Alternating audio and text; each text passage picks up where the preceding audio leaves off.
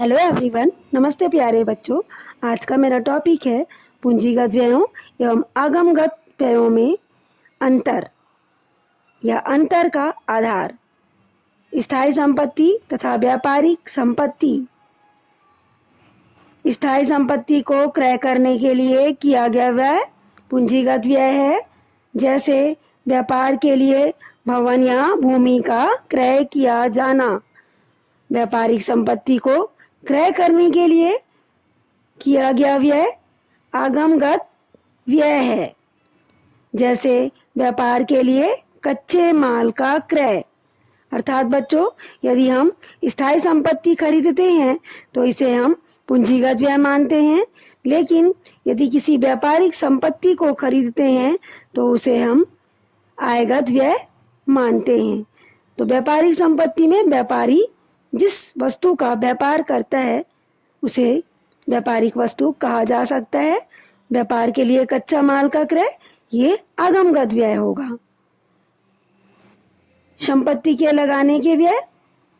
क्रय की गई संपत्ति को लाने एवं लगाने के लिए किया गया व्यय पूंजीगत व्यय होगा।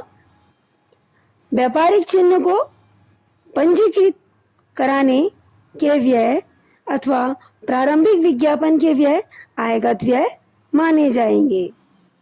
संपत्ति के मूल्य में वृद्धि करने वाला व्यय। वह व्यय जो स्थायी संपत्तियों के मूल्य में वृद्धि करता है पूंजीगत व्यय कहलाता है। वह व्यय जो स्थायी संपत्ति के मूल्य में वृद्धि नहीं करता आयगत व्यय माना जाता है। लाभ को बढ़ाना।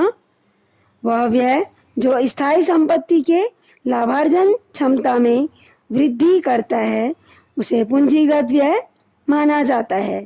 वह व्यय जो संपत्ति की दशा को स्थायी रखने के लिए किया जाता है उसे आगमगत व्यय कहा जाता है।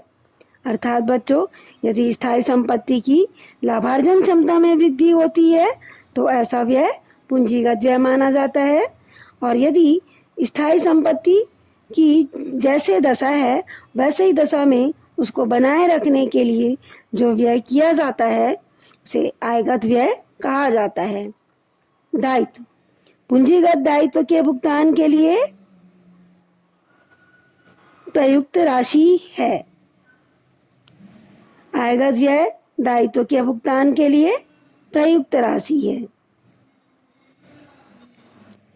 लाभ से संबंध। लाभ प्राप्त करने के साधन को प्राप्त करने के लिए किया गया व्यय पूंजीगत व्यय माना जाता है। लाभ प्राप्त करने के लिए किए गए व्यय को आयगत व्यय माना जाता है। थैंक यू बच्चों।